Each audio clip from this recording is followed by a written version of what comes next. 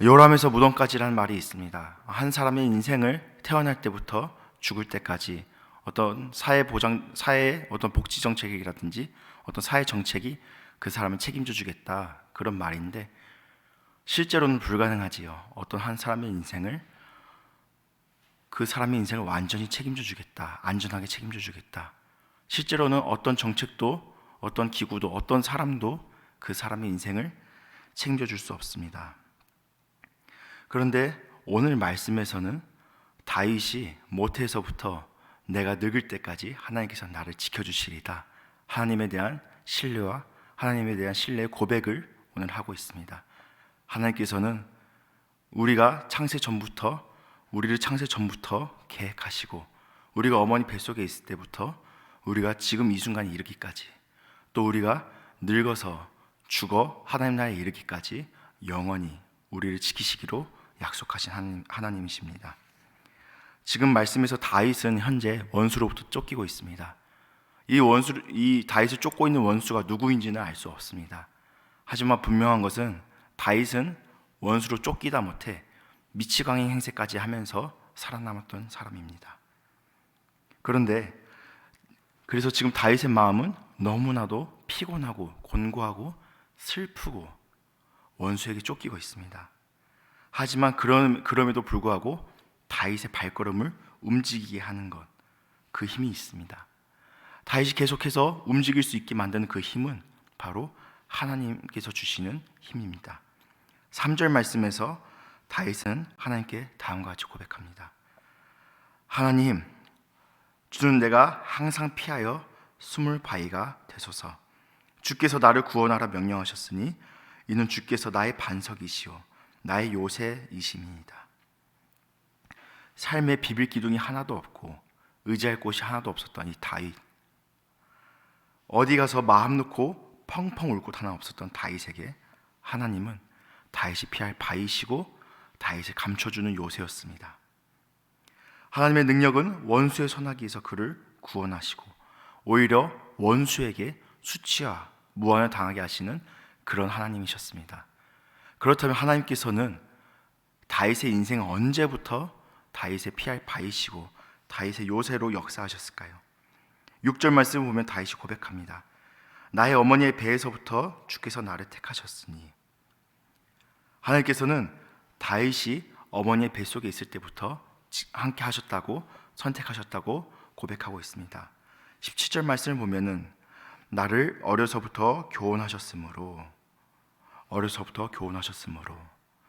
또 18절 말씀을 보면 늙어서 백발이 되더라도, 모태에서부터, 어려서부터 늙어서 백발이 되더라도 역사하신 하나님. 하나님께서는 옹기장이시고 우리는 하나님께서 만드신 흙 그릇입니다. 하나님께서는 섬세하게 흙을 고르듯이 우리 인생을 고르셨고요, 손가락 끝으로 섬세하게 토기를 빚어내듯이 우리 인생을 계획하셨습니다. 우리 인생을 만들어 주셨습니다. 하나님의 영을 우리에게 부어주셨습니다. 그것이 바로 하찮아 보이고 보잘것없어 보이는 우리 각자의 인생이라 할지라도 하나님께서 섬세하게 계획하신 우리 인생의 모습입니다. 하나님께서는 창세 전부터 지금까지, 그리고 지금부터 우리가 죽어서 하나님 나라에 올라가기까지 영원히 하나님께서는 우리 인생을 책임져 주시기로 약속하셨습니다. 그렇다면 다이소에 파는 그 1,000원짜리 그릇도 용도가 있는데 하나님께서 우리를 만드신 그 이유가 무엇일까요? 각 사람대로 하나님께서 쓰시기 위해서 우리를 만드셨겠지요. 오늘 말씀을 보면 하나님께서 우리 인생을 계획하시고 우리 인생을 책임지시고 우리를 만드신 그 이유와 목적은 바로 하나님께 영광을 높이기 위해서, 하나님께 찬양을 올리기 위해서 우리 인생을 만드셨다고 말씀하고 있습니다. 17절부터 18절까지 말씀을 함께 한번 봉독해 보도록 하겠습니다. 하나님이여 나를 어려서부터 교훈하셨으므로 내가 지금까지 주의 기이한 일들을 전하였나이다.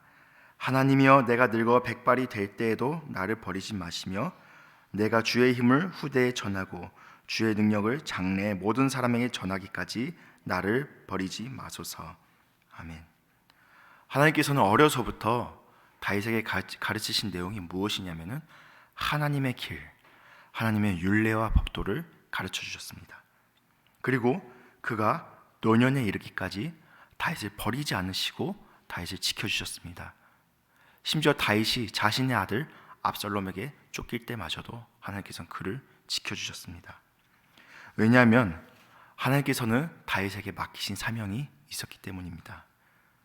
다윗에게 맡겨진 그 사명은 다윗이 어려서부터 배웠던 하나님의 율례와 법도를 전하는 것이었습니다.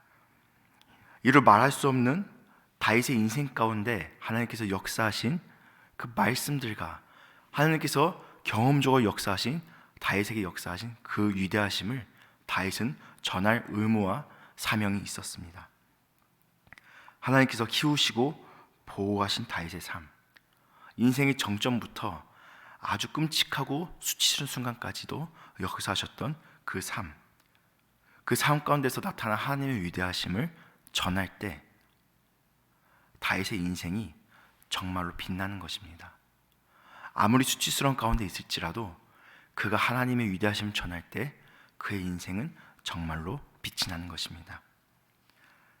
하나님께서 주신 사명을 온전히 알게 된 다윗의 입에는 하나님을 향한 찬양이 가득합니다. 비록 지금은 원수에게 쫓기는 눈물의 시간이고 수치스러운 순간이라 할지라도, 짙은 어둠의 순간이라 할지라도 하나님께서 위로하시고 보호하시며 다시 영광의 길로 인도하실 것을 다윗은 온전히 신뢰하고 있습니다. 자신의 인생 가운데 역사하셨던 하나님을 앞으로도 신뢰하고 있습니다. 복음성가 가사 중에 이런 가사가 있습니다. 주님 우리를 통해 계획하신 일, 부족한 입술로 찬양하게 하신 일. 때로는 우리의 인생이 너무나도 보잘것없어 보이고, 왜 나는 이렇게 만드셨는가? 왜 나를 이런 상황 가운데로 밀어넣으셨는가? 참 나 스스로가 보잘것없어 보이고 엉성한 것 같고 참 내 인생이 참 아무것도 없다라고 느껴질 때가 있을 수 있습니다. 때로는 다른 사람들의 모습을 보면서 열등감을 느끼고 그 열등감에 짓눌려서 숨조차 쉬기 힘들 때가 있을 수 있습니다. 하지만 하나님께서 연약하고 부족한 우리만이 부를 수 있는 노래를 우리 입 가운데 보내주셨습니다. 우리 입 가운데 들려주셨습니다.